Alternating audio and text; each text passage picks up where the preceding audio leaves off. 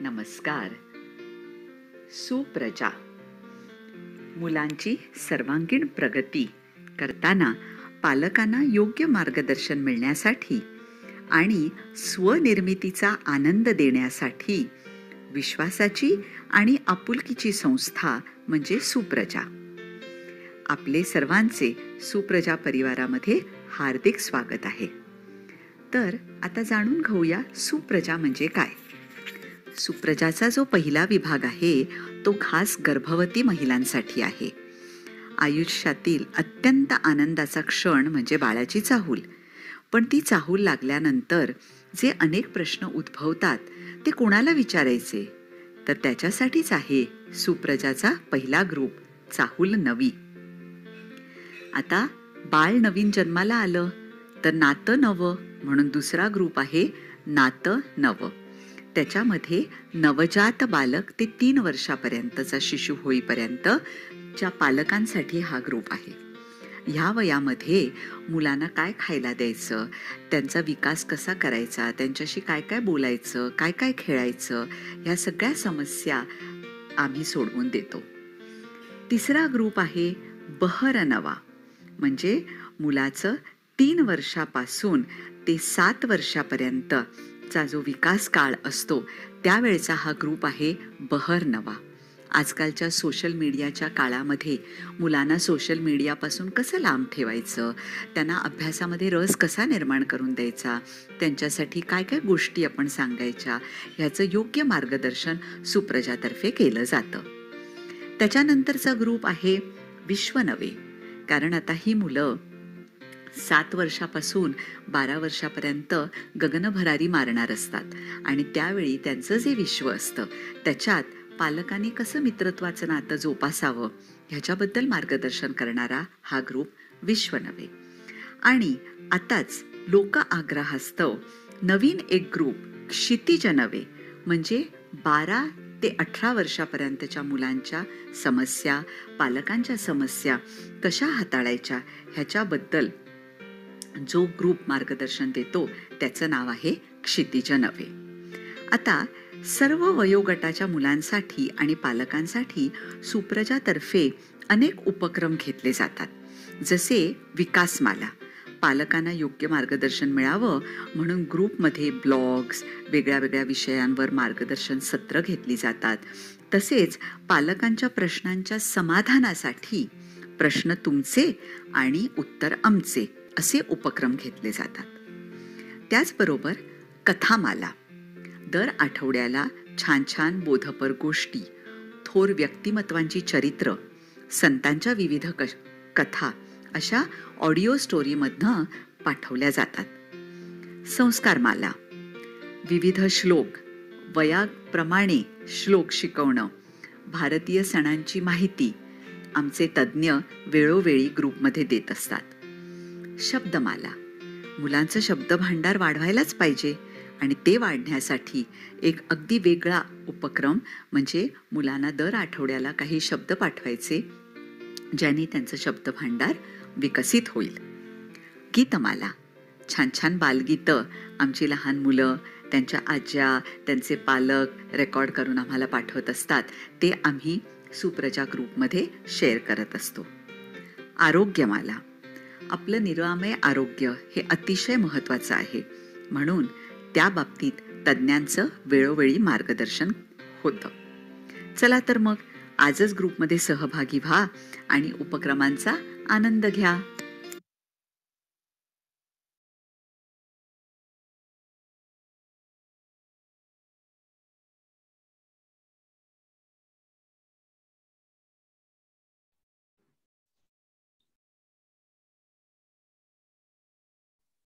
आता reminder send केलंय, आपण अजून 5 मिनिट वाट बघूया.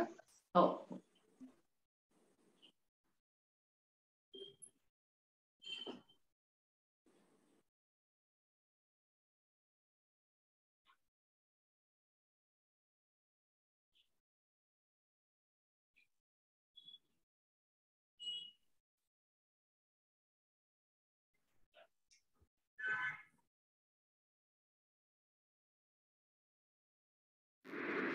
सुप्रजा टीम आणि मी रेवती ओक आपणा सर्वांना मनापासून नमस्कार करते. सुप्रजा म्हणजे काय हे तर आपणा सर्वांना माहिती झालेलंच आहे. आत्ताच नुकतं सुप्रजाला 1 वर्ष झालं हे पण आपणा सर्वांना माहिती आहे. परंतु या सुप्रजाची निर्मिती कशी झाली, का झाली हे तुम्हाला माहिती आहे का? चला तर मग आपण बघूया. सध्याचं आपलं आयुष्य हे अतिशय धकाधकीचं, दगदगीचं आणि वरवरचं असं झालेलं आहे. आपल्याला सगळं हवं असतं. आपल्याला दुधावरची साय हवी असते, परंतु दूध तापवण्याचा खटाटोप मात्र आपल्याला नको असतो. आपल्याला सुगंधी फुलं हवी असतात, परंतु त्या रोपाची मशागत करायला आपल्याकडे वेळ कुठे आहे? आपल्याला मुलं हवी असतात, मुलं जन्माला घालावी असं आपल्याला वाटतं, परंतु त्या मुलांच्या संगोपनाची जबाबदारी पूर्णपणे घ्यायला आजकाल आईवडिलांना कुठे सवड आहे, कुठे वेळ आहे? त्यांच्या एकंदर आयुष्यातल्या धकाधकीत, त्यांच्या करिअरमध्ये आणि त्यांच्या एकंदर रुटीनमध्ये त्यांना वेळच कुठे आहे? गती होते तशी प्रगती पण हवी असते ना प्रत्येकाला. आपण आयुष्यात बरेच वेळा असं ठरवतो की मला अमुक एक गोष्ट करायची आहे आणि ती मला प्राप्त करायचीच आहे, आणि त्यासाठी मी माझी विल पॉवर पूर्णपणे स्ट्रॉंग करते, मनापासून ती इच्छा मी करते आणि ती मिळवण्यासाठी माझी विल पॉवर मला उपयोगी येते. समजा मला ठेस लागली तर मी मागच्याला ठेस लागू नये म्हणून काळजी घेते की नाही? मला एखाद्या गोष्टीचं माझं काही नुकसान झालं तर ते दुसऱ्याचं होऊ नये म्हणून मी काळजी घेते की नाही? अशाच जाणीवेतून आणि अशाच अनुभवातून अश्विनीताईला या सुप्रजाची कल्पना सुचली आणि तिने सुप्रजाची निर्मिती केली. त्यासाठी हे सुप्रजाचं धनुष्य तिने अतिशय लिलया पेललं. वर्ष पूर्ण झालं बघा, आणि तिने ते अतिशय चांगल्या प्रकारे ते निर्विघ्नपणे पारही पाडलं. अर्थात तिला त्याच्याबरोबर जोडही अशा लोकांची मिळाली, त्यामुळे तिला हे संपूर्ण उपक्रम राबवताना खूप सुसह्य झालं. तुम्हाला माहिती आहे की सुप्रजामध्ये अनेक ग्रुप केलेले आहेत. त्यामध्ये चाहूल नवी म्हणजे बघा, लग्न झालेले मुलगा मुलगी, नवरा बायको एकत्र राहायला लागतात. एकत्र राहिलेल्यावर त्यांना अनेक प्रसंगांना, समस्यांना तोंड द्यावं लागतं. त्यात त्यांना मातृत्वाची चाहूल लागली आणि काही समस्या आरोग्याची निर्माण झाली, तर अशा वेळेला नवऱ्याला काही लक्षात येत नाही आणि बायकोला तर त्याहून लक्षात येत नाही की आता ह्या माझ्या समस्येला मी कसं तोंड देऊ. अशा वेळेला त्यांना उपयोगी येते ती सुप्रजा. त्यांच्या समस्यांचं निवारण करायला सुप्रजा प्रथम प्राधान्य देते. नंतर नवजात बालक, त्याच्यासाठी तर पहिल्या दिवसापासून, पहिल्या जन्मापासूनच आईला नवीनच सगळं असतं. तर त्या समस्यांना तोंड देताना तिला कोणीतरी ॲथॉराइज्ड, काहीतरी आपल्या समस्यांचं निवारण करेल असं कोणीतरी हवं असतं. आत्ता माझ्या बाळाला असं होतंय, मी त्याचं काय करू, मला काही सुचत नाहीये, मला काही समजत नाहीये. अशा वेळेला काय करू, मी कुणाला विचारू? अशा वेळेला ग्रुपमध्ये त्या महिलेने, त्या आपल्या सभासदाने जर काही प्रश्न टाकला तर त्याचं विनासायास, विनामूल्य आणि विना विलंब ताबडतोब उत्तर मिळतं त्या व्यक्तीला. आणि ते उत्तर देण्यासाठी आपल्याकडे डॉक्टर नियती चितालिया या आहेत.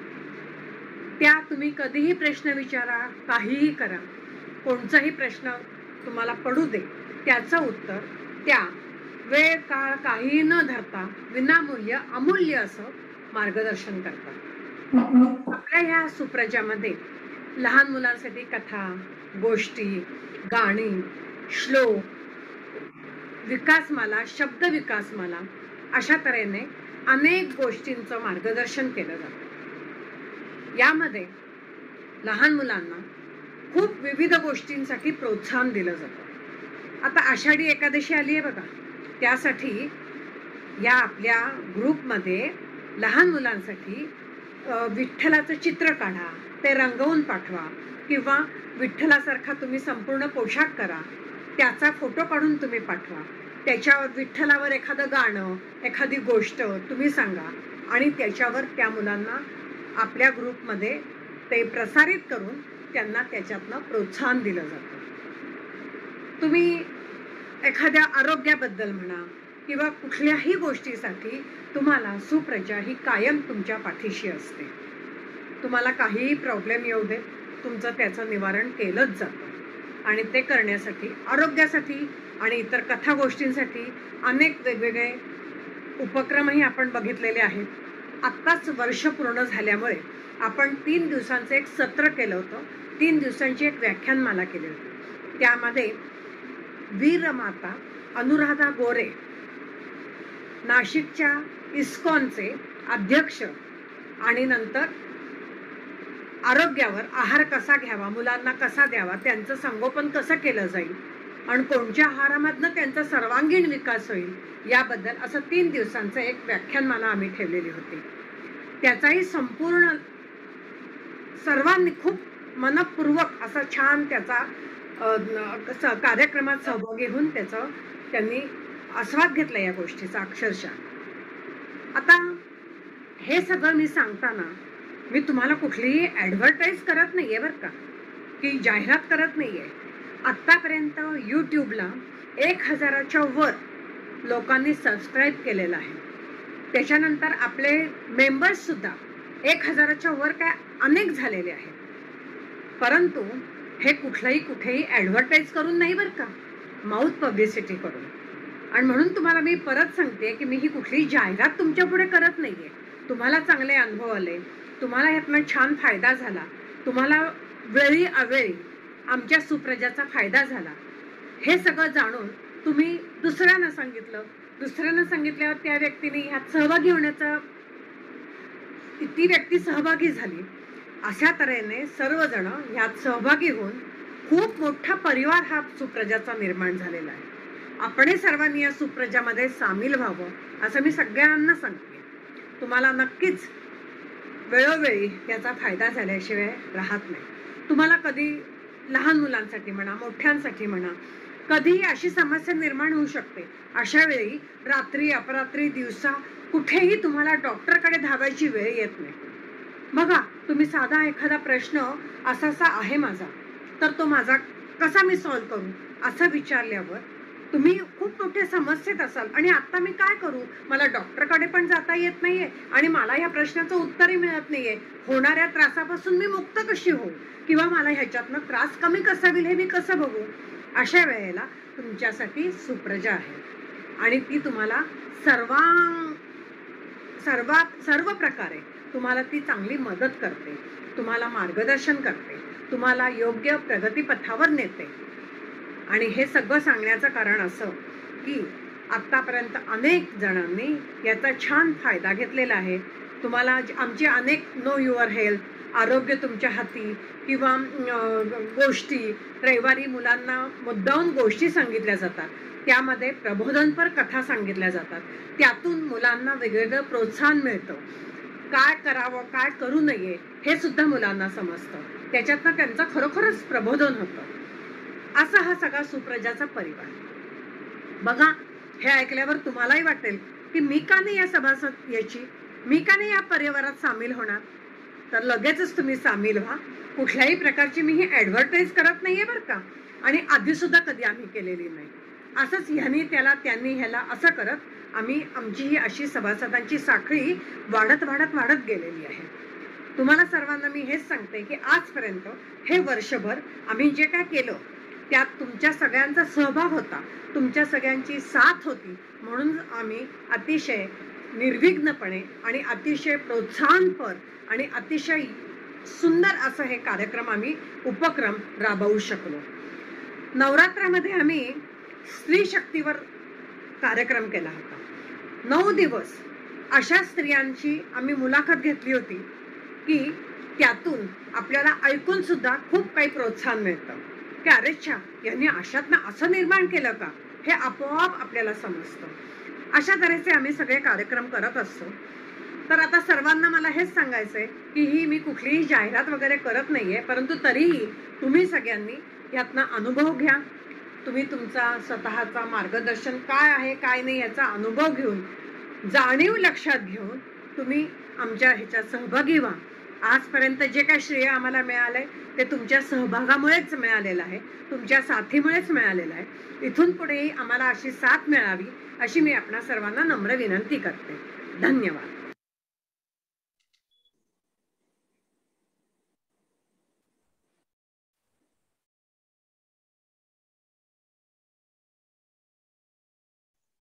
रेवतीताई. नमस्कार. सुप्रजामध्ये सर्वांचं मनपूर्वक स्वागत. आत्ताच आपण सर्वांनी सुप्रजा म्हणजे काय हे सर्वांनी ऐकलं. वर्षभरात काय काय केलं हे पण सगळ्यांनी ऐकलं. आज आषाढी एकादशी. आज आपला कार्यक्रम जो आहे ना तो संस्कारांचे मोती याविषयी आहे. आज आषाढी एकादशी. सगळ्यांनी एकादशी दुप्पट काशी अशा तऱ्हेने छान एन्जॉय केलीच असेल, त्याबद्दल काही शंकाच येत नाहीये. आता आज या आषाढी एकादशी निमित्त मला एक 4 ओळी सुचल्या आहेत, त्या मी फक्त तुम्हाला म्हणून दाखवते. तनी मनी ध्यानी आनंदली ही पंढरी, अहो ही विठुरायाची पंढरी. विठ्ठल विठ्ठल जयघोषाने अवघी दुमदुमली ही पंढरी, अवघी दुमदुमली ही नगरी. 2 वरीस लांब राहिलो, अरे विठ्ठला 2 वरीस लांब राहिलो, आम्ही वारकरी आज डोळा भरून पाहून तृप्त झालो आम्ही सेवेकरी. युगे 28 उभा, युगे 28 उभा हा माझा सावळा, आज तुझ्या दर्शनाची दाटून आला माझा गळा. धन्य धन्य झालो विठुराया, धन्य धन्य झालो विठुराया, तुझ्या पायाशी मी आलो, तुझ्या ओढीने मी देवाया. भक्ती इंद्रधनुष्यात न्हालो, भक्ती इंद्रधनुष्यात रंगलो. पांडुरंग हरी रामकृष्ण.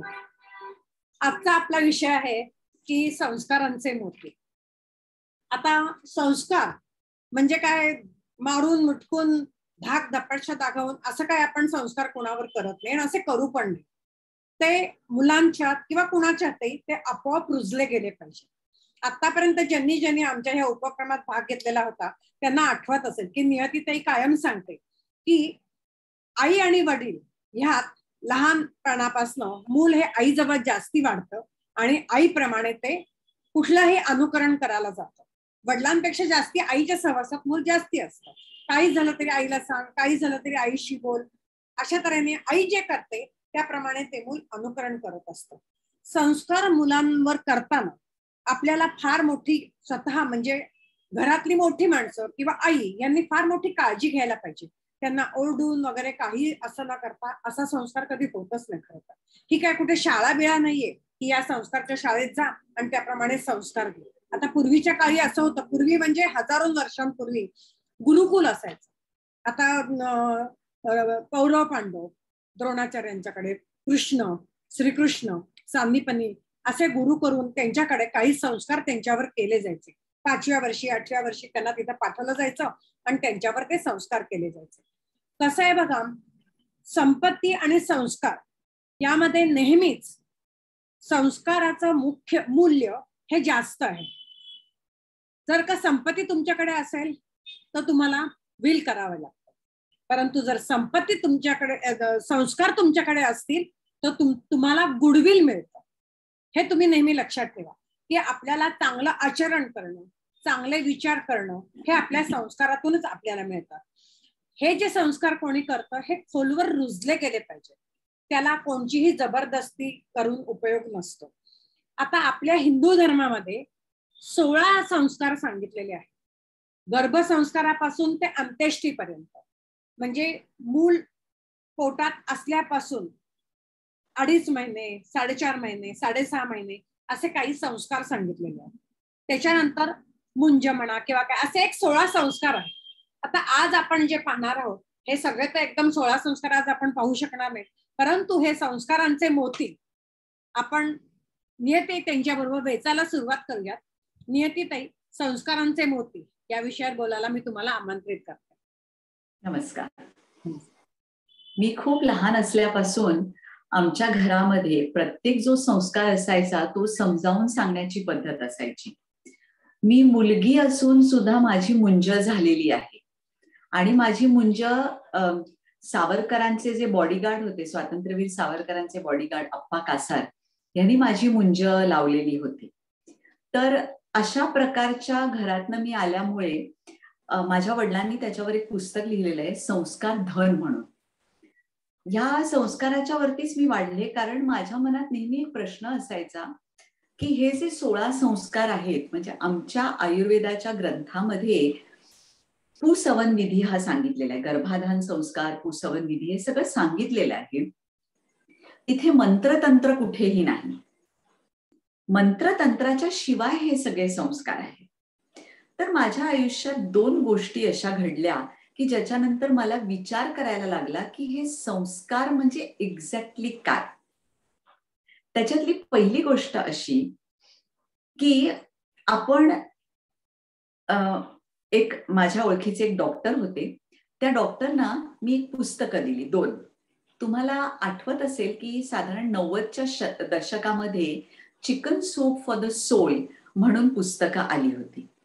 ती पुस्तकं दिल्यानंतर ते सर्जन होते माझ्या ओळखीचे डॉक्टर, ते म्हणाले ही पुस्तकं वाचल्यानंतर मला असं वाटलं की फक्त देवळात जाणं, देवभोळेपणा करणं म्हणजेच संस्कार नव्हे.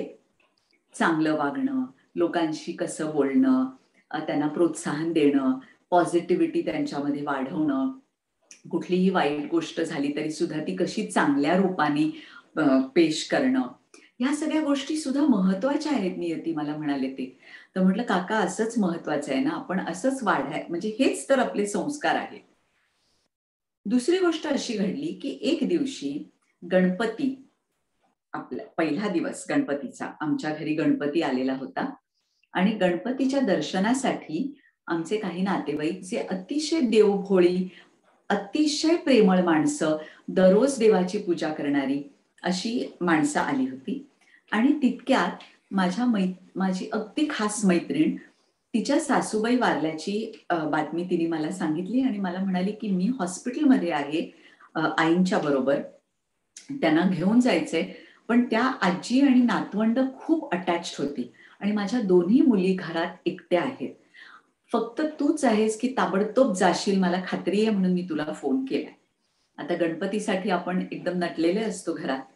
मी फक्त चुणीदार घातला होता, लकीली ब्लॅक टाईट्स घातले होते, वरती पटकन एक साधासा ड्रेस घातला आणि ताबडतोब तिच्या घरी, तिचा फोन आल्यापासून मी एक 10व्या मिनिटात, फक्त जाण्याचं जेवढं डिस्टन्स होतं तेवढ्या पोचले आणि सगळं करून आम्ही घरी आलो. घरी आल्यानंतर ते नातेवाईकच होते, त्यामुळे ते माझ्या सासूबाईंशी बोलत थांबल्या होत्या त्या बाई. त्यांनी सांगितलं हे तुम्ही केलं ते बरोबर नाही, ते सूतक लागलं, आता तुमच्या घरात हा देव आहे, आणि त्यांनी खूप काय काय आम्हाला नियम सांगितले. ते सगळे ऐकून मी त्यांना म्हटलं की सगळं सोडा, माझ्या दृष्टीने माणुसकी हा नियम सगळ्यात महत्वाचा आहे आणि तो जो तिथे बसलेला आहे दगडाचा देव, त्याला सुद्धा पाझर फुटला असेल आणि तो म्हणाला असेल की हो तू जा, आणि म्हणूनच मी गेले. त्यांनीच मला ही बुद्धी दिली. तेव्हा माझ्या मनात विचार असा आला की आपण आणि देव ह्याच्यामध्ये एजंट असतो का? एका पेशंटना मी असं सांगितलं होतं, त्यांचं वजन खूप कमी व्हायला लागलं होतं आणि त्यांनी चांगलं चांगलं जेवणं हे महत्वाचं होतं, म्हणून मी त्यांना म्हटलं आजपासून तुमचे सगळे उपास तापास तुम्ही सोडून टाका. तर त्या म्हणाल्या की हो तुम्ही म्हटल्यापासून मी प्रयत्न करते, पण ते त्याचं काय उत्तरापोषण काय करायचं असतं, ते उत्थापन करायला मला कोणी गुरुजीच मिळत नाहीये. तर मी त्यांना हाच प्रश्न विचारला की देव आणि तुम्ही ह्याच्यामध्ये एजंट पाहिजे का तुम्हाला? ते म्हणाले एजंट म्हणजे म्हटलं तुम्ही डोळे बंद करा, तुम्हाला जर घरामध्ये आपल्या देव्हाऱ्यातल्या देवाशी नाही सांगायचं, देवळात जा, तुमच्या घरापासून अगदी 50 मीटरवर मोठं विठोबाचं देऊळ आहे, देवळात जा, देवासमोर नमस्कार करून सांगा देवा मला उपास आता जमत नाहीत, त्यामुळे मी ते तुझ्या पायाशी अर्पण करते. म्हटलं ते भटजी काहीतरी वेगळ्या भाषेने सांगतात का? म्हणून हे सगळे मंत्र आपण म्हणतो आणि हे सगळं करतो, त्याच्या मागचं सायन्स काय असावं? मग माझ्या लक्षात आलं. एक दिवस माझ्या गणपतीचीच पूजा आमच्या घरात मी सांगते आणि माझा मुलगा करतो, असा एक नियम आहे. तर तो करायला बसलेला असताना मी पूजा सांगत होते आणि त्याच्यामध्ये उभं राहा, गोल फिरा, अमुक करा, तमुक करा, असं सगळं होतं. तेव्हा माझ्या लक्षात आलं की जो पूजा करणारा असतो तो कंटाळू शकतो. तो जर खूप दमलेला असेल तर एखादी त्याची डुलकी पण लागेल. ह्याच्यासाठी उठा, दुर्वा वाहा, उठा, कुंकू लावा, अमुक करा, तमुक करा, ह्या सगळ्यांनी आपल्याला ना एक प्रकारची शक्ती येते आणि ती शक्ती आणण्यासाठीच हे सगळे संस्कार आहेत. म्हणजे हे मंत्रतंत्र सुद्धा जरी आपल्याला कळले नाहीत आणि एखाद्याने येऊन आपल्या घरी अगदी रामरक्षा म्हटली, आपण म्हटलं एकादशनी आहे घालायची आणि आपण एखाद्या गुरुजींना बोलावलं, त्यांच्याकडे जेवढे भटजी पाहिजेत ते नाहीये आणि एकाला त्यांनी एक्स्ट्रा स्टेपनी म्हणून ठेवलेला आहे. तो म्हणतो अहो मला एकादशीचे मंत्र काय पाठ नाही झालेले. म्हणतात ठीक आहे ना, तू रामरक्षा म्हण. तो रामरक्षा म्हणणार म्हणजे तो काही एकादशीचे मंत्र म्हणत नाही. म्हणजे मग एकादशी झाली का नाही झाली हा पण मला प्रश्न पडायचा. आणि म्हणून जेव्हा माझ्या वडिलांनी हे संस्कार धर्म पुस्तक लिहिलं तेव्हा मी ते नीट वाचलं. म्हणजे त्याची प्रूफ मी वाचली खरं म्हणजे. त्याच्यानंतर मी पुस्तक कधीच वाचलं नाही. आणि अंत्येष्टी सुद्धा मंत्र म्हणून अंत्येष्टी होते का हो? म्हणजे कोणालाही आपण जेव्हा जाळतो तेव्हा आपण पूर्वी का जाळायचो? म्हणजे हिंदू धर्मामध्ये जाळणं हे का आलं? तर आपण ज्या प्रदेशात राहतो तिथे मुबलक झाडं उपलब्ध असायची. पण मग आता आपण झाडं जाळू शकत नाही. मग आपण इलेक्ट्रिक मध्ये का दहन नाही करायचं? तर त्याच्या विरुद्ध पण लोक आहेत की नाही बाबा इलेक्ट्रिक मध्ये दहन नाही चालणार. अरे पण तुम्ही झाडं पर्यावरणाला किती धोका पोहोचवताय. मी जेव्हा जेव्हा कुठल्याही देवस्थानामध्ये जाते तर पहिली गोष्ट लक्षात येते ती की किती घाण आहे. म्हणजे शुद्धतेच्या नावाने घाण आहे. आणि ही घाण आपल्याला म्हटलेलंच आहे की cleanliness is next to godliness. मग ती आपण तिथे स्वच्छता का नाही ठेवत? हे सगळे प्रश्न मी तुम्हाला आज का सांगते? हे मी लहान असताना माझ्या मनात आले नो डाऊट. पण पालक हो, हे प्रश्न तुमची मुलं तुम्हाला विचारणार आहे. ही जी नवीन पिढी आहे ना, ही क्वेश्चनिंग पिढी आहे. ही आपलं ऐकून घेणारी पिढी नाही. असं कर, ही पूजा कर की तुझं चांगलं होईल, तुझं आयुष्य वाढेल, हे सगळं ऐकणारी ही पिढी नाही. ही पिढी विचारणारी आहे. आणि आपल्याला जर ती आपल्या धर्मामध्ये राहायला हवी असती आणि चांगली राहायला हवी असती तर आपल्याला थोडासा आपला धर्म शास्त्रोक्त करून त्यांना समजावून सांगण्याचा आणि तसा तो पाळण्याचा अनुभव असायला पाहिजे आणि अंगवळणी ते पडलेलं असलं पाहिजे. आज मी करायला गेलो, समजा आता एक तुमच्यामधलंच एक कोणी व्यक्ती आहे जो इतके वर्ष देवळात जातोय आणि मग त्यांनी अचानक ठरवलं की मी देवळात जाणार नाही. कठीण असतं ते. कधी कधी शॉक पण बसू शकतो. माझ्या ओळखीचे एक जोडपं आहे. त्या जोडप्यानी म्हणजे ते दोघही जणांची कास्ट वेगळी असल्यामुळे नवऱ्यानी लव्ह मॅरेज होतं, तर मुलांनी मुलीला काय सांगितलं की आपण रेजिस्टर लग्न करूया, म्हणजे ह्या पद्धतीने त्या पद्धतीने असं नको. ती म्हणाली हो बरोबर आहे वगैरे असं बोलली. पण जो विधी होतो, जो आपण अग्नी पेटवतो, अग्नीच्या आजूबाजूला फेरे घेणं, हा सगळा जो विधी होतो तो तिच्या मनाने खूप इम्पॉर्टंट होता आणि हे तिला सलत होतं. काय सलत होतं हे तिला कळत नव्हतं. पण ती अशी खंगायला लागली आणि बारीक व्हायला लागली म्हणून ती नवरा माझ्याकडे घेऊन आला होता. तेव्हा मी तिला बसवून विचारलं की काहीतरी तुझ्या मनात आहे ते तू मला सांग. तर ती लगेच एकदम काय म्हणाली माहितीये का, अहो आमचं लग्न नाही झालंय. तर म्हटलं म्हणजे? तर म्हणाली म्हणजे ते असं रेजिस्टर ऑफिसमध्ये जाऊन पण असं लग्न नाही झालंय.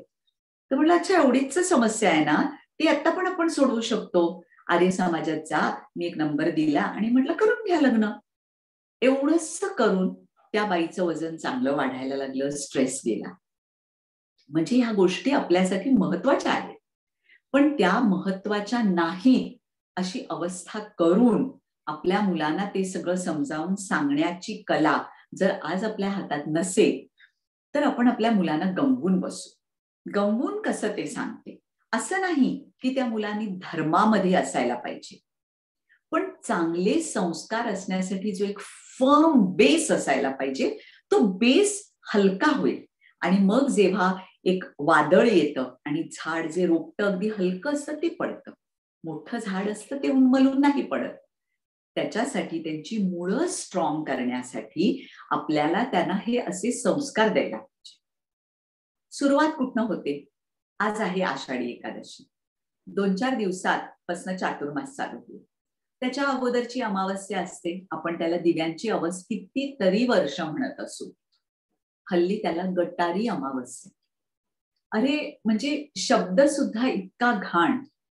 आणि आता 2 दिवसात आपण उपास तापास देवाचं नाव, किंवा असं नसेल, माझ्यासारखी जी कोण पूजा वगैरे करत नाही ती असं ठरवते की ह्या चातुर्मासामध्ये मी कोणालाही दुखावणार नाही, किंवा मी अमुक जास्त एन्जॉय करणार नाही, लिमिटमध्ये खाईन, खाण्याचा हाव हाव करणार नाही.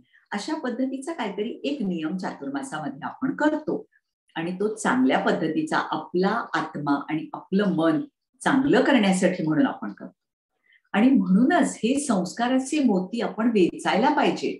आपण क्वेश्चन करायला पाहिजे. तज्ञ असतील तर आपण त्यांना विचारायला पाहिजे. आणि अशा पद्धतीने आपल्या मुलांसाठी आपण आजपासून सुसज्ज व्हायला पाहिजे. आपण सगुण उपासना करतो, निर्गुण उपासना करतो. ती का करतो? उपासना म्हणजे काय? त्याच्यानंतर आता एकच हिंदू धर्म आहे आपला.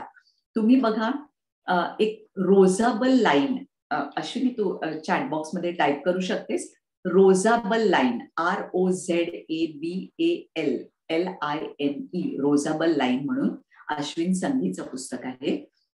त्याच्यात त्यांनी सगळ्या धर्मांबद्दल सांगितलेलं आहे. मी स्वतः ख्रिश्चन शाळेत गेले, त्यामुळे मला ख्रिश्चॅनिटी बद्दल थोडी बहुत माहिती आहे, म्हणून तुम्हाला सांगते. प्रत्येक धर्मामध्ये जो काही मी वाचलेला आहे त्याच्यामध्ये स्त्री पुरुष संबंध ह्याला सिन म्हणजे पाप मानलं जातं. पण आपला धर्म, हिंदू धर्म, ह्याच्यामध्ये गर्भाधान संस्कार आहे. गर्भाधान संस्कार म्हणजे गर्भधारणा होणं. आता गर्भधारणा होण्यासाठी स्त्री पुरुष संबंध तर पाहिजे, तर त्याला किती उच्च स्थान दिलंय बघा. म्हणजे गर्भाधान झाल्यानंतर बाईचं स्थान घरामध्ये किती वाढतं, हा गर्भाधान संस्कार झाला. त्याच्यानंतर पुंसवन येतो. पुंसवनामध्ये आमच्या आयुर्वेदामध्ये पुंसवन आणि स्त्री सवन सांगितलेलं आहे.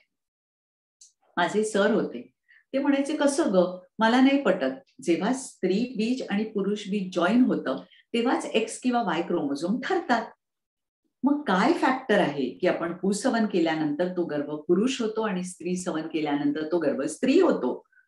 म्हणून आम्ही त्याच्यावर रिसर्च केला की पुंसवनासाठी ज्या बायका यायच्या त्यांचं ब्लड आम्ही कलेक्ट करायचो आणि पुंसवन केल्यानंतर त्यांना 1 महिन्यानी परत बोलवून ब्लड कलेक्ट करायचो आणि सिरम टेस्टोस्टेरॉन किती वाढलेलं आहे ते बघायचो.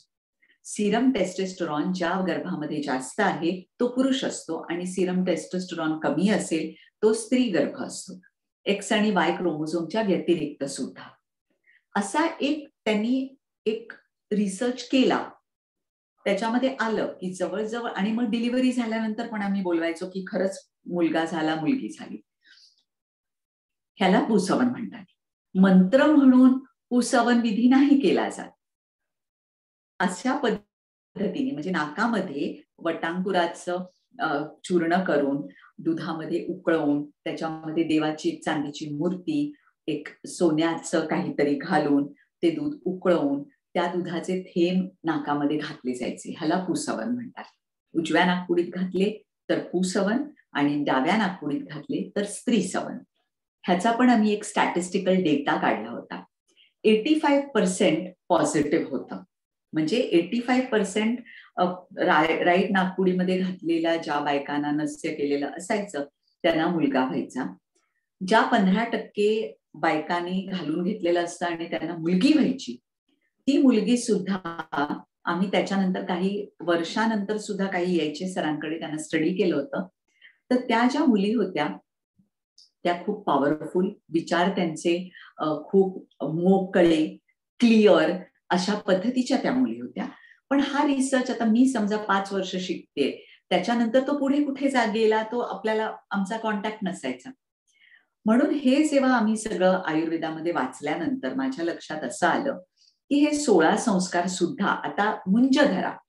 मुंज म्हणजे काय की तो मुलगा आता गुरुकुलात जाणार. आता आपण बोर्डिंग स्कूल म्हणू शकतो. आता मुलं घरातच राहतात. आणि मला सांगायला खूप वाईट वाटतं की हल्ली 1 किंवा 2 मुलंच असतात आणि पेरेंट्स आहेत ना ती चाइल्ड सेंट्रिक, एक्सेंट्रिक कशी असतात तशी चाइल्ड सेंट्रिक झालेली आहे. चाइल्ड सेंटर्ड नाही, चाइल्ड सेंट्रिक. म्हणजे अगदी मुलांनी बेस्टच असायला पाहिजे, हे पण असायला पाहिजे, ते पण असायला पाहिजे, असं का नाही, तसं का नाही, तसं म्हणजे सगळं लक्ष त्या मुलावरती. पूर्वी काय व्हायचं, मुंज झाली की मूल गुरुकुलात, तिथे ते काय करतंय, त्याला डबा बिबा नाही, गुरुजी जे सांगतील ते खायचं. आजकाल आपण किती मुलांचे लाड करतो. ट्युशन पाहिजे, अभ्यास झाला की नाही, शाळेत शिकवतात की नाही. शाळा म्हणजे गुरुकुल आहे, मग शाळेवरती सोडा ना. शाळेत जर चांगलं शिकवत असेल तर तुम्हाला ट्युशन ठेवायची गरज नाही. मग शाळेला विचारा की मी ट्युशन ठेवू का, माझं मूल कुठे कमी पडतं का, असं पण विचारू शकतो. पण त्याच्यामध्ये लुडबुड नाही करू शकत. आजकाल हे खूप वाढत चाललंय, पालकांचं सुद्धा वाढत चाललंय. म्हणून एकदा का मूल तुमचं पहिलीत गेलं, आता कसं असतं बघा, 8 वर्षाची मुंज करा, काही म्हणतात 12 वर्षाची मुंज करा. खरं म्हणजे तुमचं मूल सिनियर केजी मधनं पहिलीत गेलं म्हणजे त्याचं खरं शिक्षण सुरू झालं, त्यावेळी मुंज करायची असते. आता मुंजीमध्ये हल्ली केस बीस काढत नाही. अनेक मुलं म्हणतात नाही केस काढा, मला आवडतं. ती केस काढणं का, केस काढणं का, तर एक फील येतो आपल्याला, एक फील. आता तर तो काही बोर्डिंग स्कूलमध्ये जात नाही किंवा गुरुकुलामध्ये जात नाहीये, पण टक्कल केल्यामुळे मी एक मोठा झालो, मी आता माझ्यावर ही जबाबदारी आली, ही फील येतं. लग्न सुद्धा आपण रजिस्टर लग्न करतो, साईन करतो, एकमेकांना हार घालतो. पण अग्नीच्या आजूबाजूला सप्तपदी करतो, 7 वेळा एकत्र पावलं टाकतो, त्याच्यामध्ये शपथा घेतो की मी तुला असं करीन, तसं करीन, तसं करीन. तुला दोघंही जण एकमेकांना सांगतात मी तुझं रिस्पेक्ट करीन, स्पेस देईन, अमुक देईन. ते फील त्या लग्नामध्ये येतं. किंवा मधुपर्क म्हणून असतं, आर्य समाजामध्ये एक मधुपर्क म्हणून देतात, दही मध मिक्स करून, आणि तो बायको नवऱ्याला देते. आणि ते भटजी म्हणतात बघा तुला आवडलं नाही तरी तुला खायला लागेल, म्हणजे तुला आयुष्यभर ती जे काही खायला देईल ते तू खाल्लं पाहिजे, असं भटजी एक्सप्लेन करून सांगतात. आणि असे जर एक्सप्लेन करून सांगणारे भटजी असेल की लग्न ही जबाबदारी, तर आपल्याकडे नक्कीच जो बेबनाव होता ते खूपसे कमी होते. हल्ली काय लग्नामाकासाठी बसवा, मुलाच्या आईला बोलवा, मुलाच्या काय कळलं, काय झालं, लग्न झालं नाही झालं, आपल्याला काही कळलं नाही.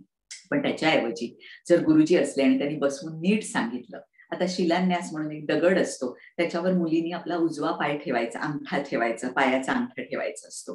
तेव्हा भटजींनी समजावून सांगायला पाहिजे की तू आता त्याच्या घरामध्ये गेलेली आहेस, हा दगड जसा इथे हलणार नाही, तो भाऊ सांगत असतो, जसा जमिनीमध्ये दगड हलत नाही तसं तू न हलता त्या घरामध्ये राहायचंय.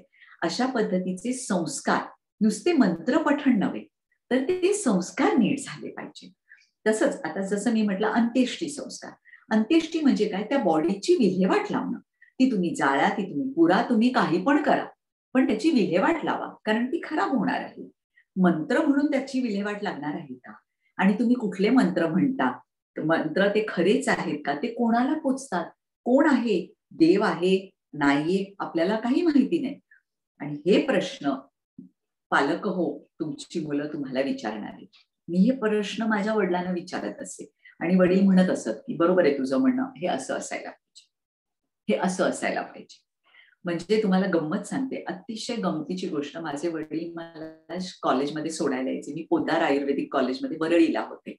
सांताक्रूजवरनं आम्ही निघायचो, रस्त्यामध्ये सिद्धिविनायक देऊळ लागायचं. मंगळवारी तिथे भाविकांची लाईन लागलेली असायची. आता मी भाविक म्हणते कारण सगळ्या जनसंपर्कामध्ये मी आलेली आहे म्हणून. पण मी लहान असताना आणि आम्ही तिकडनं पास झालो की माझे वडील म्हणायचे पापी लोकांची लाईन बघ लागली. त्यावेळी म्हणायचे दादा तुम्ही, मग कशाला मग देवळात जायला पाहिजे? जर मला काहीतरी मागायचंय तर ही भक्ती नव्हे. जी मागणं असतं ती भक्ती कधीही नाही. तुमची भक्ती कशी असायला पाहिजे? निर्भेळ, एकदम इनोसंट. तुकारामांसाठी, ज्ञानेश्वरांसाठी, हे सगळे संत सुद्धा, यांच्या कहाण्या सुद्धा आपण काय ऐकतो? नुसतं ऐकलं. आणि मी नेहमी म्हणते, तुकाराम असावा शेजारच्या घरात असं आयांना वाटतं. शिवाजी असावा शेजारच्या घरात. जिजाऊला आपल्या हृदयावर किती किती वेळा दगड ठेवायला लागला असेल की शिवाजी महाराज कुठेही लढायला गेले, येईल ना माझा मुलगा परत, किंवा आला नाही समजा तरी सुद्धा तिची कशी तयारी असेल, किती स्ट्रॉंग असेल ती बाई. आणि ही स्ट्रेंथ, हेच मला हा मेन मुद्दा आहे की आपले संस्कार आपल्याला स्ट्रेंथ द्यायला पाहिजे. स्ट्रेंथ द्यायला पाहिजे, हॅपीनेस द्यायला पाहिजे, म्हणजे आनंद द्यायला पाहिजे. स्ट्रेंथ, आनंद आणि प्रेम. स्ट्रेंथ, आनंद आणि प्रेम, हे 3 गोष्टी आपल्याला आपले संस्कार द्यायला पाहिजे.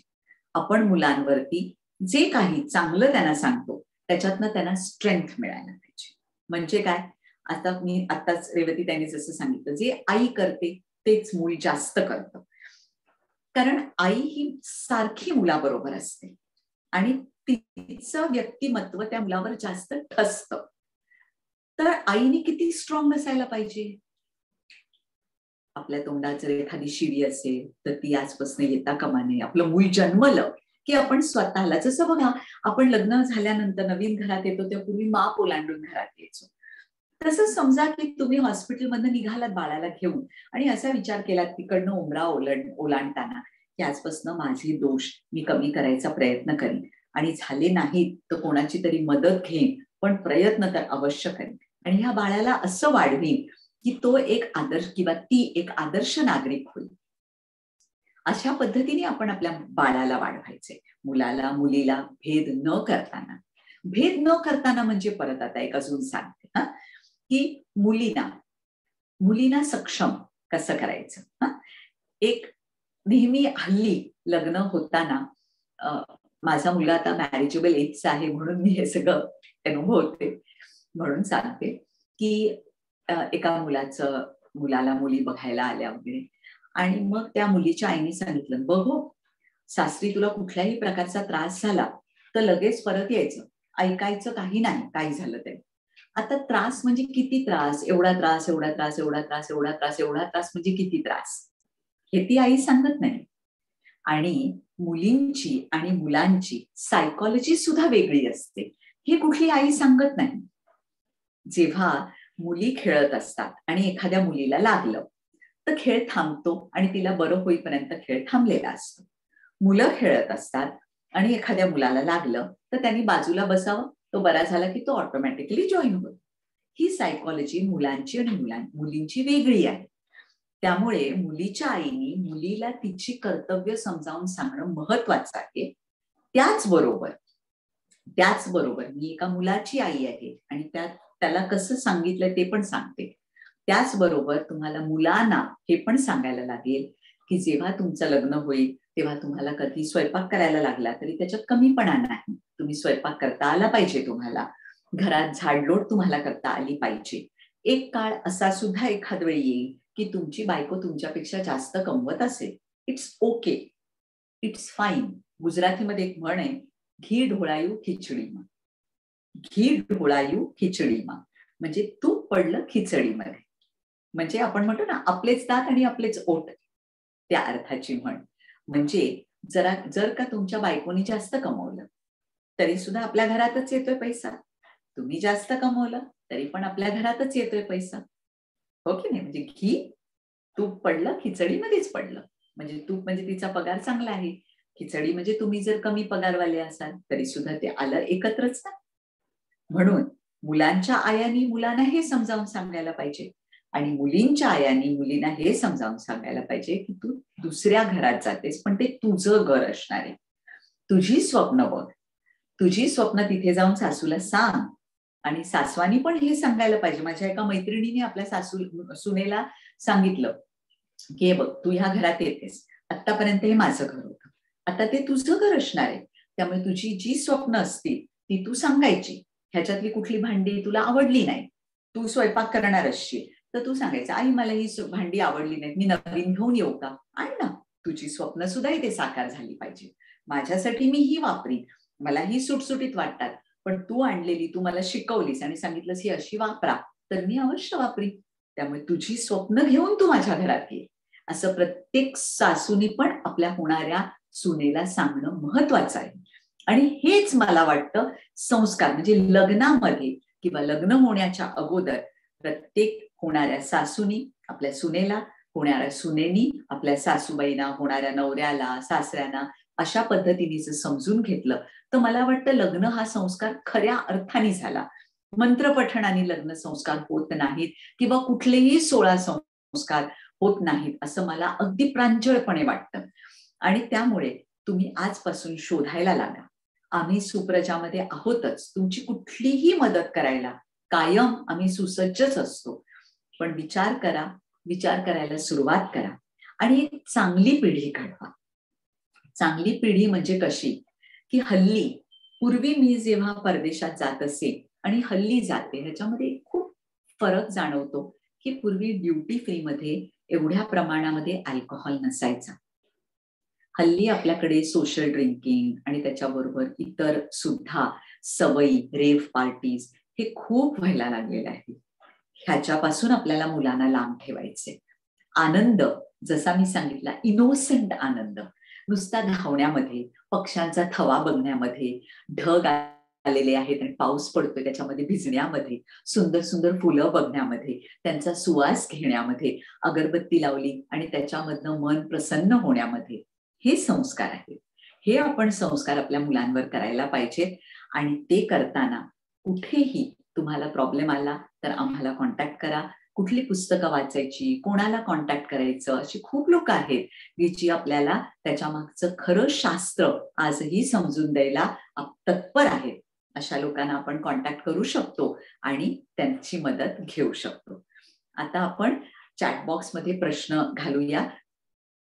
तोपर्यंत थोडंसं जर कोणाला हँड रेज करायचं असेल तर हँड रेज सुद्धा करू शकता, किंवा फ्लॅश एक आम्ही ग्रुप्स आमचे जे सुप्रजाचे आहेत ते एज प्रमाणे कसे काय ग्रुप्स आहेत ह्याच्याबद्दल आम्ही तुम्हाला थोडंसं तर चॅट बॉक्स मध्ये तुम्ही प्रश्न घालायला लागा. तोपर्यंत कोणालाही जर हँड रेज करायचं असेल तर तुम्ही हँड रेज करून विचारू शकता. आणि नाहीतर अश्विनी ताई आपल्याला तोपर्यंत एज ग्रुप प्रमाणे कसे आपले ग्रुप्स आहेत, चाहूल नवी, नाते नवे, ह्याच्याबद्दल जरा सांगतील. तर अश्विनी तू जरा सांगशील का?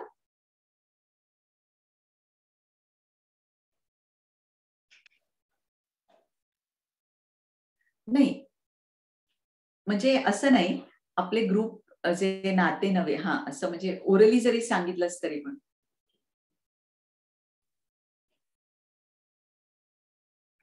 आपले सुप्रजाचे जे ग्रुप आहेत ते वयोगटानुसार आहेत. पहिला ग्रुप आहे चाहूल नवी, ज्या प्रेग्नंट वुमन साठीचा तो ग्रुप आहे. त्या ग्रुपमध्ये आपण प्रेग्नन्सी रिलेटेड सर्व मार्गदर्शन करत असतो की प्रेग्नन्सी मध्ये कुठले व्यायाम केले पाहिजे, कसा आहार घेतला पाहिजे, कुठले मेडिसिन कोणत्या वेळी घेतले पाहिजे, या प्रकारचे सर्व मार्गदर्शन आपण त्या ग्रुपमध्ये देखील देत असतो आणि गर्भसंस्कारचे सेशन देखील घेत असतो. त्यानंतरचा ग्रुप आहे नाते नवे.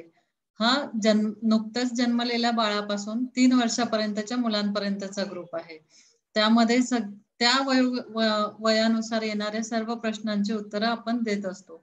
तसंच बाळांना खायला काय, 6 महिन्यानंतर काय खायला द्यावं, असे जे महत्वाचे प्रश्न असतात हे सर्व त्यामध्ये कव्हर केले जातात. तसंच त्या रिलेटेड आपण आपले व्हिडिओ देखील युट्यूबवर पोस्ट केले आहेत की नवीन जॉईन होणाऱ्या पॅरेंट्सला त्याचा फायदा व्हावा. ते आपण रेग्युलर आपल्या ग्रुपमध्ये पोस्ट करत असतो. त्याच्यानंतरचा ग्रुप आहे बहरनवा. 3 वर्षानंतर 7 वर्षापर्यंतच्या पालकांसाठी, वयोगटातील मुलांच्या पालकांसाठी हा ग्रुप आहे. त्या वयोगटानुसार त्या ग्रुपमध्ये मार्गदर्शन होत असतं. तसंच पुढचा ग्रुप आहे विश्वनवे. 7 वर्ष ते 10 वर्ष हा जो वयोगट असतो, या वयोगटासाठी हा ग्रुप आहे. त्यानंतरचा आता खास पालकांचा आग्रह असतो, नवीन आपण ग्रुप सुरू केला आहे क्षितिज नवे, जे 12 वर्षाच्या पुढील जनरेशन आहे, आपण टीनेजर्स म्हणतो, त्यासाठी तो ग्रुप आहे. त्यामध्ये जे त्या वयानंतर सर्व प्रश्न बदलत असतात. त्या वयानंतर पालकांसोबत मुलांना देखील अनेक प्रश्न असतात, समस्या असतात, की मुलांना कळत नाही की आपल्या समस्या आपण समजा पालकांना नसेल सांगता येणार तर आपण कोणाकडे सांगावं किंवा प्रॉपर कुठून गायडन्स मिळणार. म्हणून तो क्षितिजी नव्हे आपला ग्रुप आहे, की तुम्ही ग्रुपमध्ये देखील प्रश्न विचारू शकता किंवा आपण ऑनलाईन पर्सनल काउन्सिलिंग पण देतो. समजा कोणाला काही समस्या असेल तर आपण त्यांना ऑनलाईन सेशन्स घेऊन देखील काउन्सिलिंग करत असतो. सो कुठल्याही पालकांना किंवा विद्यार्थ्यांना हा प्रश्न पडू नये की आम्ही आणलं आहे तर आम्ही प्रॉपर गायडन्स कुठे मिळणार. तर सुप्रजा नेहमीच सर्व पालकांना सर्व पद्धतीने मार्गदर्शन करण्यासाठी ऑलवेज रेडी आहे. तर पालकांनी नक्कीच याचा लाभ घ्यावा. तसेच आपला अजून एक ग्रुप आहे नो युअर हेल्थ. त्यामध्ये सर्व हेल्थ रिलेटेड सेशन आपण घेत असतो.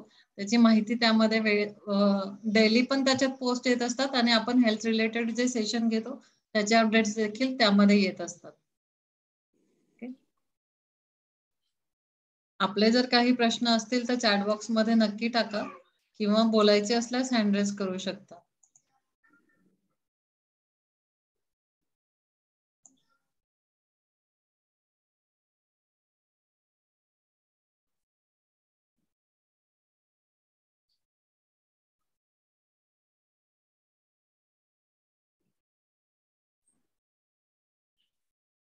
आहे का कोणी?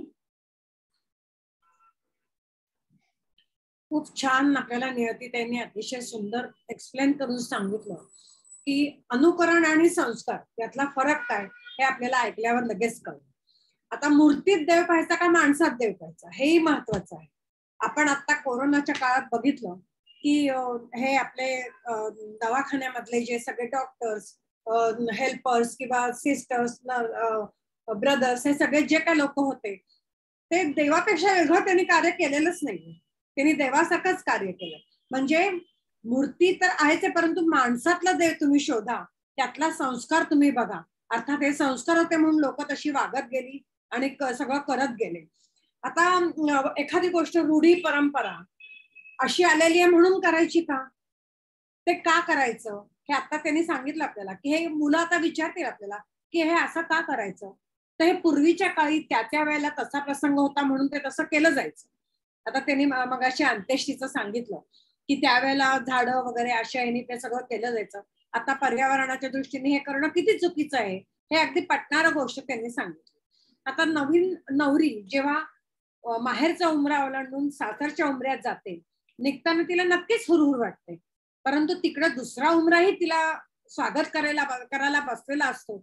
हा संस्कार तिच्या मनात असतो की आता ह्याच्यानंतर तिसरा उमरा माझ्यासाठी नाहीये हेही तिला माहिती असतं. त्यामुळे तिथं वागून तिने आपले संस्कार दाखवायचे, नाही तर उद्धार होतातच. आई वडिलांनी असे संस्कार केले का वगैरे.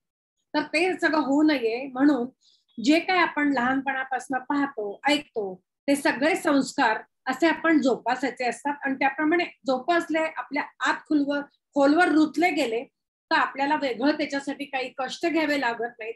ते आपोआप घडलं जातं, कारण ते आपोआप बिंबलेलंच असतं. आता सगळ्यात मानसिकता फार महत्वाची आहे. तुमची मानसिकता कशी असेल त्याप्रमाणे तुम्ही वागत जाता. म्हणून मानसिकता ही फार महत्वाची आहे आणि तेवढीच मनाची उभारी ती सुद्धा महत्वाची आहे. आता हे सगळं संस्कारांचं आपण फार सुंदर त्यांनी आपल्याला एक्सप्लेन केलं. 16 संस्कारांबद्दल थोडी माहिती सांगितली. नंतर संस्कार म्हणजे काही शाळा नाहीये की अमुक एक शाळेत जाऊन तुम्ही अमुक संस्कार अंगीकारा किंवा हे शिका, असं काही हे नाहीये. आता रूढी परंपरेला महत्व द्यायचं का नाही द्यायचं हे सगळं आता मंत्र पठण अमुक तमुक हे खरोखर आहे. त्यांनी जे आता आपल्याला सांगितलं ना हे असं घडतं. माहिती असणारे लोक आपोआप स्वतः माहिती सांगायला सुरुवात करतात की हे असं ह्या कारणासाठी हे करायचं. लाजहोम का करायचा लग्नामध्ये, सप्तपदी का करायची, लक्ष्मीपूजन का करायचं, हे सगळं त्या वेळेला ते गुरुजी जर का खरोखर ज्ञानी असतील तर ते स्वतःहून सांगायला सुरुवात करतात. हाही एक संस्कारच आहे ना असा. तुम्ही एखादा कुठे काही गेलात, काही स्वतःहून एखादी गोष्ट करणं, एखादी गोष्ट पुढाकार घेऊन करणं, एखाद्याला मदत करणं हा तुमच्या संस्काराचाच भाग आहे. असं हे आज संस्काराचं मोती यांनी खूप छान आपल्या पुढे आपल्याला वेचायला दिले.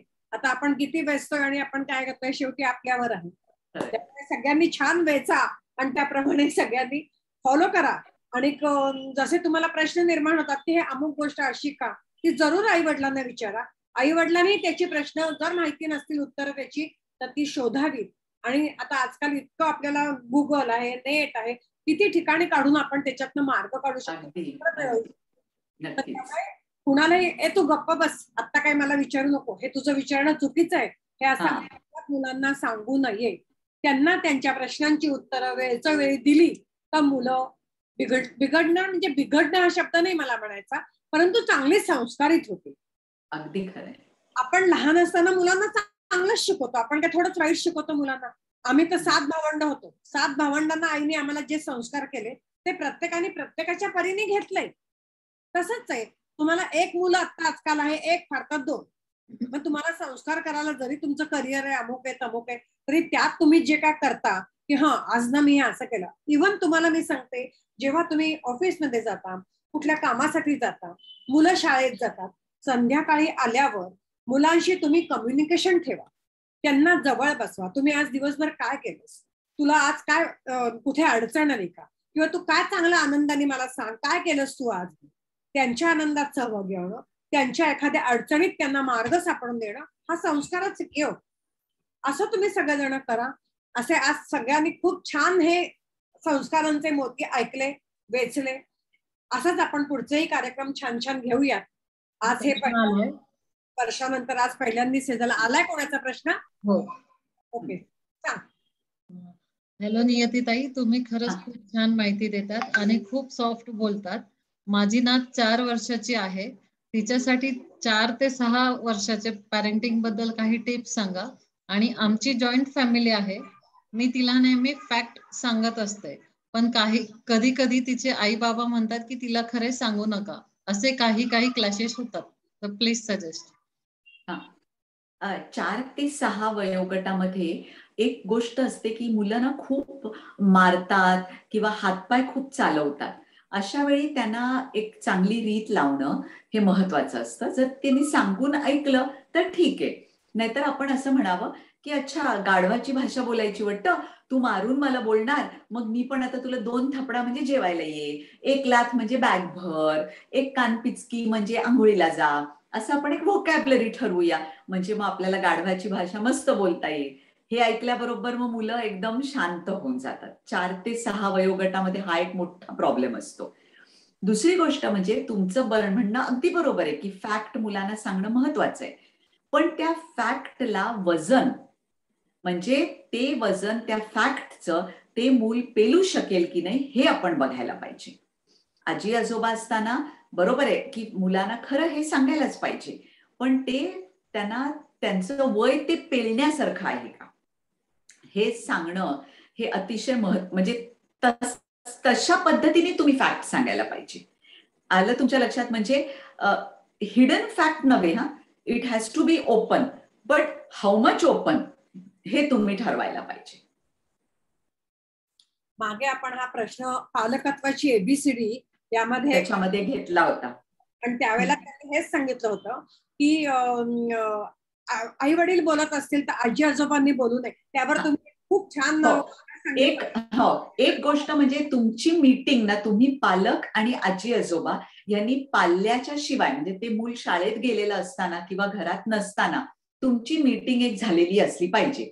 आणि त्याच्यामध्ये ठरवलेलं असलं पाहिजे की मुलाला ओरडणार कोण, समजावून कोण सांगणार, आणि समजा एखादं ओरडलेलं असताना इतरांनी मध्ये बोलायचं नाही, पूर्णपणे तटस्थ भूमिका घ्यायची की मला कळत नाही, तुझी आई सांगते ना त्याप्रमाणे तू करायचं, किंवा तुझी आजी सांगते ना त्याप्रमाणे तू करायचं. अशी भूमिका घेतली तर मुलांची खिचडी तुमच्या समोर शिजत नाही. तर त्यांना कळतं की आता आली आपल्या हातामध्ये, आपल्याला खूप इमोशनल ब्लॅकमेल करतात बरं का मुलं. तर हे पथ्य तुम्ही खूप पाळाय. हे थँक्यू रेवती, तुम्हाला रिमाइंड केलं. कसं आहे 3 ते 6 आता काहीतरी ह्या ह्याच्यावर वयोगट आहे तो. हो, त्या ह्याच्यात कसं आहे नेहमी असं म्हणतात की 3रं 20रं आणि 4थं. हो, ते 3 ते 6 या वयात तुम्हाला खूप कठीण. आता काही जणांना असा प्रश्न पडतो, म्हणजे 3 वर्षांपासून आम्ही कायम मुलांच्या मानसिकतेचाच विचार करायचा का? तर तसं नाही. त्या वयोगटामध्ये तो तुमचा जो मानसिकतेचा जो भाग आहे तो त्याप्रमाणे तुम्ही वागलं गेलं पाहिजे. आणि कधी त्यांना इग्नोर करायचं हे पण महत्वाचं आहे. सारखं म्हणजे अगदी तुम्ही त्यांच्याकडे लक्ष नाही, कधीतरी त्यांना इग्नोर पण करा, म्हणजे त्यांना कळतं की आपली डाळ इथे शिजणार नाही, आपण इथे काय बोलण्यात काय अर्थ नाही, आता काय आई किंवा आजी आपलं काय ऐकणार नाही, हे पण महत्वाचं आहे. म्हणजे कुठे त्यांना इग्नोर करायचं, कुठे त्यांचं ऐकायचं, हे एक सगळं स्किल आहे एक प्रकारचं. आजकालची पिढी ही एवढी शार्प आहे ना की अगदी म्हणतात तसं म्हणतात ताकभात ओळखणारी आहे. त्यांच्याशी वागणं हे खरंच आई वडिलांचं स्किल झालंय. म्हणजे त्यांची खरी परीक्षा असते असं झालेलं आहे आजकाल. हँड आहे, अनम्यूट केलंय. हॅलो, मला एक प्रश्न आहे. माझा मुलगा असं विचारतो, 8 वर्षाचा आहे, तो लग्न झाल्यानंतरच कसं बाळ होतं, तर आता त्याला कसं बाकीच्या लोकांना का नाही होत, म्हणजे असे म्हणजे त्याचे पडलेले प्रश्न आहेत ते त्याला कसे समजावून सांगायचे? तर कसं आहे, आता तो 8 वर्षाचा आहे, म्हणजे तू प्रश्न खूप सुंदर विचारलास की 8 वर्षाचं मूल असताना त्याला आपण सेक्स बद्दल किती सांगायचं आणि काय सांगायचं, हे खूप अतिशय महत्वाची गोष्ट आहे, बरोबर आहे. तर त्याला मुख्य गोष्ट काय सांगणार, आता लग्न म्हणजे काय हे त्याला सांगणं महत्वाचं आहे की कोहॅबिटिंग, जेव्हा एक स्त्री आणि पुरुष एकत्र राहायला लागतात तेव्हा त्यांना कंटाळा येतो मग त्यांच्या आयुष्यामध्ये की आता आपण दोघच जण झालो, आता आपल्याला तिसरं पाहिजे, म्हणून आपल्याला बाळ पाहिजे, असं त्या वयात सांगायचं असतं. जरी हे चुकीचं असलं तरी सुद्धा किंवा पूर्ण माहिती नसली तरी सुद्धा त्या वयामध्ये जर का तुम्ही त्यांना अगदी पूर्ण म्हणजे काय लग्न आणि काय मूल गर्भधारणा वगैरे हे सगळं सांगायला बसलं तर ते पेलू शकणार नाही. म्हणून त्यांच्या वयाचं असंच सांगायचं की तू आई बाबांचं लग्न झालं, दोघं घरात घर खायला उठतं, त्यांना वाटतं एक छोटंसं बाळ असलं, आता तू कसं आहेस, तू असलास की आमचा टाइमपास होतो, इथे नाच तिथे नाच, असं तो प्रश्न गुंडाळत दुसऱ्या विषयाकडे गेला की ते मूल त्या विषयाकडे जातं लगेच. आणि एक लक्षात ठेव की प्रश्न पडणं हे जसं आहे तसे प्रश्न त्यांनी स्वतः सोडवणं हे सुद्धा महत्वाचं आहे. आणि ह्याच्यासाठीच एक लक्षात ठेव, त्या मुलाला तुझ्या कायम गोष्टी सांग. रामायण आहे, महाभारत आहे, ह्याच्यामध्ये गोष्टी सांगता सांगता बघ, राम आणि सीतेचं लग्न झालं, मग ती वनवासात गेली आणि मग त्यांना मुली झाली. प्रत्येक गोष्टीमध्ये असतं. मग थोडे दिवसांनी तो मुलगाच तुला येऊन सांगेल की आता मला कळलं की ते लग्न झाल्यानंतर एकत्र राहतात, मग त्यांना मूल होतं. अजून एक मोठा प्रश्न आहे. आजकाल आजूबाजूला बरेच सिंगल पेरेंट पण राहत आहेत, त्यांच्या वर्गामध्ये वगैरे होतात अशी आहेत, इव्हन आमच्या सोसायटीत सुद्धा आहेत. तर माझे मिस्टर बऱ्याच वेळा म्हणजे आठवड्यातून एकदाच येतात, ते बाहेर असतात. तर त्यांना शाळेमध्ये फॅमिली वगैरे हे सगळं शिकवताना त्याने मला प्रश्न विचारला, मग आपण काय लिहायचं? मी जॉईंट फॅमिलीमध्ये नाही, मी न्यूक्लिअर फॅमिलीमध्ये नाही, मग मी कधीतरी सिंगल पेरेंटिंग असं लिहू का? मला कसं सांगायचं, मला काही म्हणजे आम्हाला त्याला समजावून मिस्टर म्हणाले तू टीचरला विचारायला सांग. म्हटलं असं नाही, उत्तर त्याला समजेल अशा भाषेत काहीतरी सांगितलं पाहिजे, कारण हे आन्सर नाही आहे. आणि दुसऱ्या मुलाचे वडील येतच नाहीत कधी, तर तो म्हणतो तो सिंगल पेरेंट म्हणतात आणि आपले बाबा कधी कधी येतात, कधी कधी नसतात. तर मग मी काय लिहू, मी कुठल्या ह्याच्यात आहे? तर नाही, त्याला काय सांगायचं की तुझे बाबा कधी कधी नसतात, कधी कधी असतात, हे सत्य आहे. पण जेव्हा ते नसतात तेव्हा ते एकतर पहिली गोष्ट म्हणजे कामाला बाहेर गेलेले आहेत. आज तुझं आयुष्य जे घडी बसलेली, तुला दप्तर पाहिजे, तुला युनिफॉर्म पाहिजे, तुला वही पाहिजे, तुला पुस्तक पाहिजे, तुला पेन्सिल पाहिजे, या सगळ्या तुझ्या ज्या डिमांड्स आणि गरजा आहेत, हे तुझे वडील बाहेर राहतात. He gives a sacrifice for you आणि त्याच्यात कमवतात म्हणून तुला ह्या गोष्टी मिळतात. कळलं? You must glorify your husband, कारण तो बाहेर राहतो आणि फॅमिलीच्या बाहेर राहणं इज व्हेरी डिफिकल्ट, तरी तो राहतो, कमवतो, म्हणून तू कम्फर्टेबल आहेस. हा पहिला मुद्दा झाला. दुसरा मुद्दा असा की तो तिथे लांब असताना सुद्धा त्याचं सगळं लक्ष, त्याचं मन हे तुझ्याकडे असतं. हे तू त्याला सांगायला पाहिजे की त्याचं सगळं लक्ष, त्याचं मन तुझ्याकडे असतं. रात्री तू झोपल्यानंतर मला विचारतो तुझा बाबा की किती वाजता झोपला, किती वाजता उठला, काय केलं, कारण त्याला सुद्धा मिस होतोस तू, की तू मोठा होतोयस, तुझ्या बरोबर त्याला वेळ घालवता येत नाही. हे पथ्य तू पाळायला पाहिजे ऍज अ आई.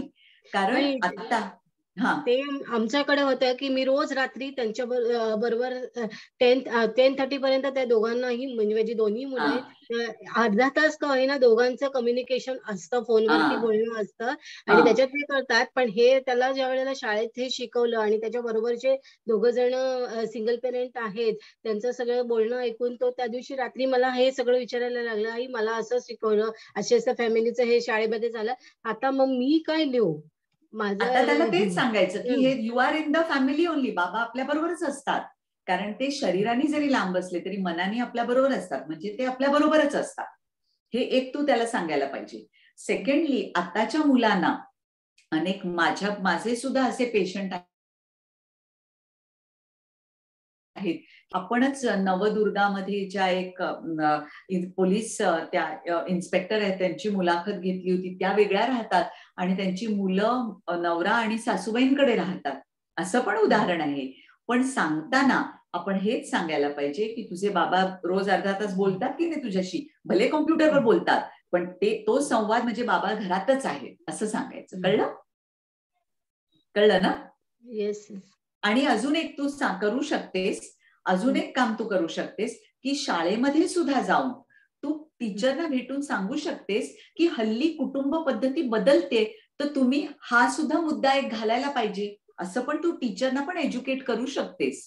हो, this will be also a very good पर्याय. कळलं ना? पुढचा प्रश्न आलाय, मोबाईलचे ऍडिक्शन कसे कमी करायचे.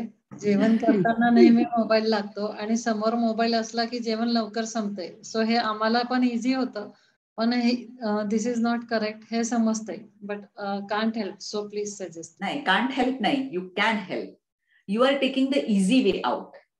Don't take the easy way out.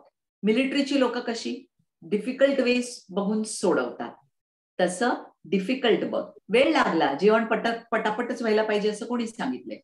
वेळ लागला तर वेळ लागू दे. मोबाईल त्याच्या हातात कोणी दिला? तुम्हीच दिला, म्हणून तो घ्यायला लागला.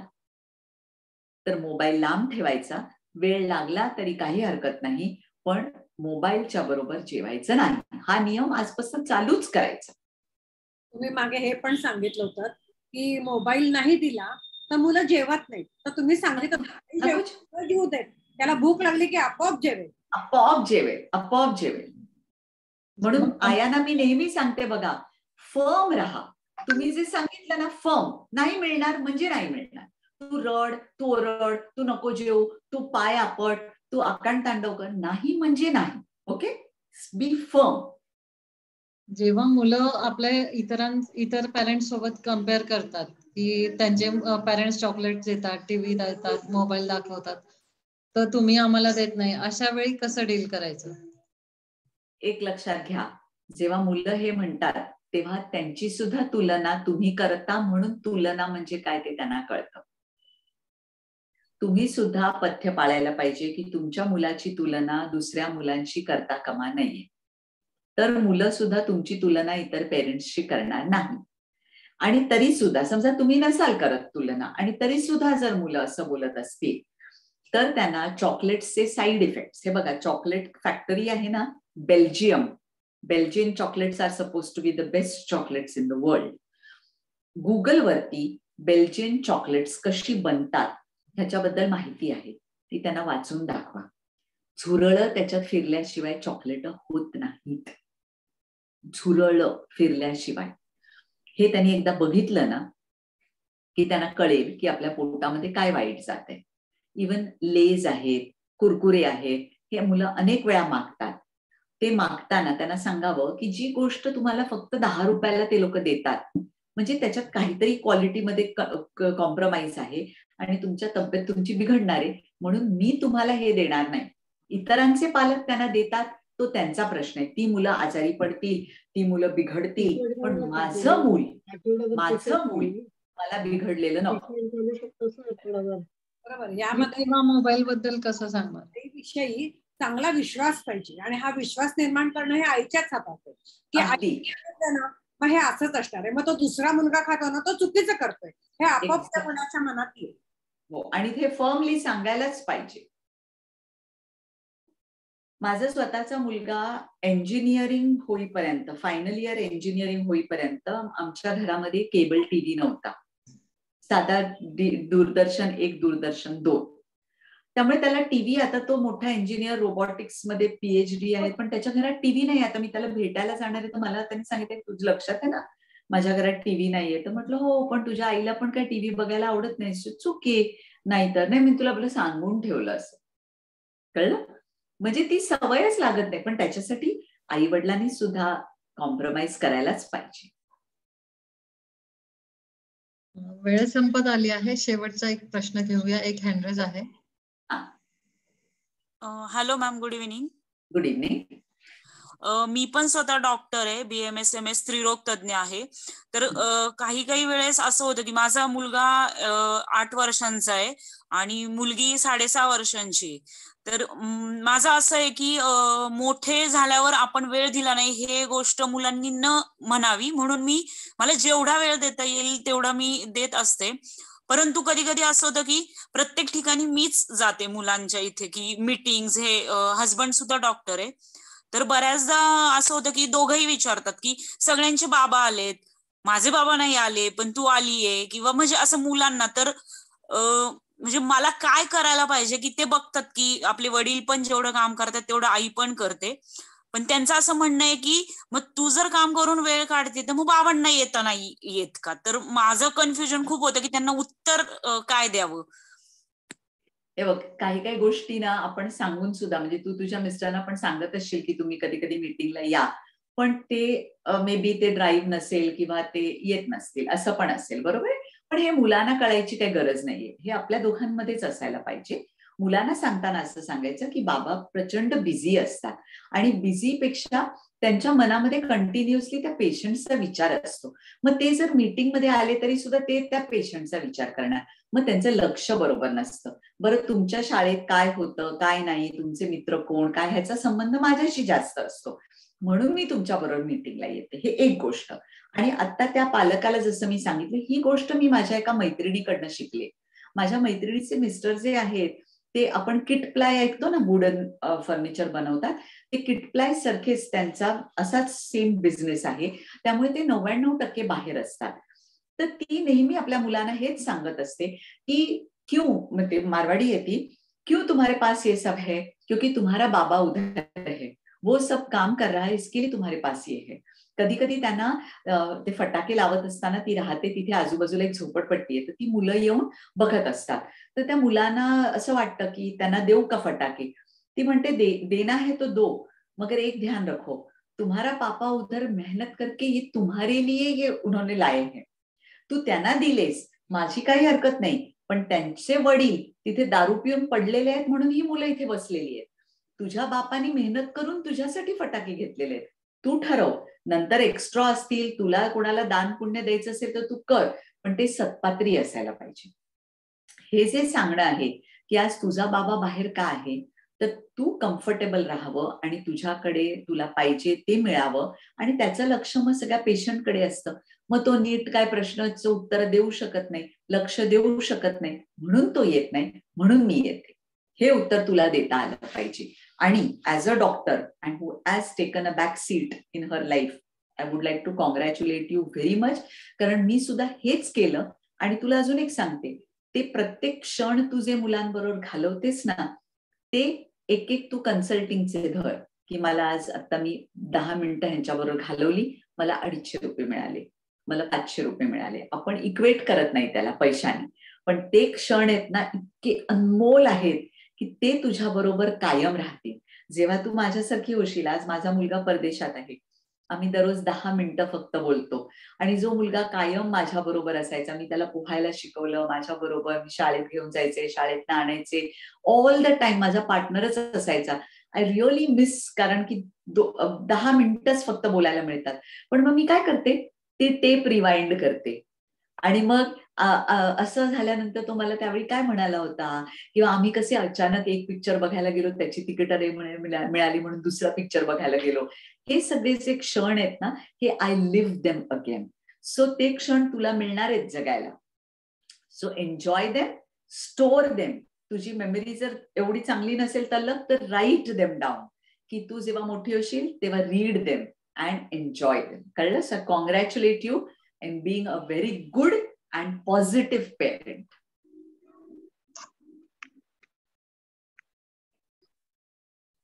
हॅलो हॅलो मॅम, माझा मुलगा मला नेहमी असा प्रश्न विचारतो की त्याच्या फ्रेंड ज्या आहेत त्याच्या सगळ्यांच्या मम्मी घरी असतात, पण माझीच मम्मी का घरी नसते. ऍक्च्युली मी पण वर्किंग वुमन आहे. मी सकाळी 9 ते 6, 6:30, 7 पर्यंत मी ऑफिस मध्येच असते. तर त्यावेळेस त्याला काय उत्तर द्यायचं? तू पहिलं म्हणजे काय, त्याला तेच सांगायचं ना, जसं मी आता त्या आईला सांगितलं वडिलांबद्दल सांगायला, तसं तू पण सांगायचं की आज आपलं वाढतं कुटुंब असतं, आपल्या गरजा जास्त असतात, त्याच्यासाठी आईला नोकरी करणं गरजेचं आहे आणि त्याच्यासाठी मला तुझी साथ पाहिजे, कारण तुझी साथ नसेल तर मी नाही जाऊ शकणार.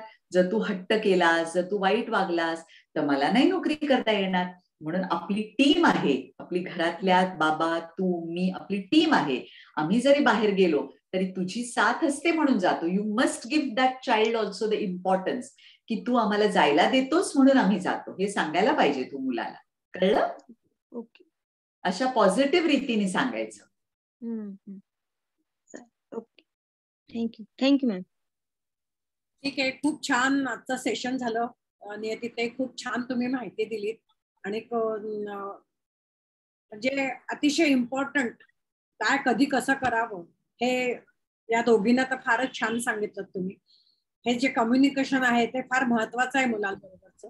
त्याप्रमाणे केल्यावर काहीच प्रॉब्लेम नाही येणार असं अनुभवातनं आपल्याला वाटतं. आज तुम्ही ज्या खात्रीने बोलताय ते तिला तुम्ही सांगितलं ते तिला नक्कीच पटलं असेल. आज खूप छान आणि खूप वेळ छान सेशन झालं. आता वेळ संपलेली आहे तर मी आजचं सेशन संपलं असं जाहीर करते. धन्यवाद. नमस्कार.